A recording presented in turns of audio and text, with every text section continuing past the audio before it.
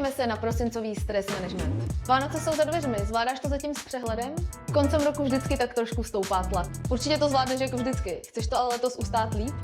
Klasická rada z Ezovezo kuloárů zní: buď laskavý sám k sobě a dovol si hlavně zpomalit. A ne až bude po všem. Ale teď. Jestli se ale už teď necítíš úplně ve formě, možná je právě tohle video ten správný impuls začít s tím něco dělat. Tak jak na to? Strategie přežití na závěr roku. Mám 2 jednoduché tipy. Neboj, nebudu přidávat informační smog, ale začneme krásně zlehka a bude to trvat jenom pár minut. Ráno. Místo kafe vyzkoušej na nakopnutí Maral Ecdysteron, Gentian 5listý nebo šafrán. Energie bude plynout stabilněji a tyhle adaptogeny navíc zvyšují odolnost vůči stresorům, ať už psychickým, anebo fyzickým. Teď jsem ti řekla, jak to máš dělat ráno, ale co večer? Před spaním zkus aspoň hodinu bez obrazovky. To je nový flex. Nuda!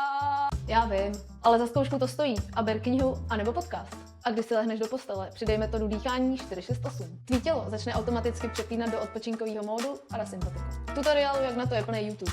Jinak o Maralu se toho obecně moc neví a je to škoda.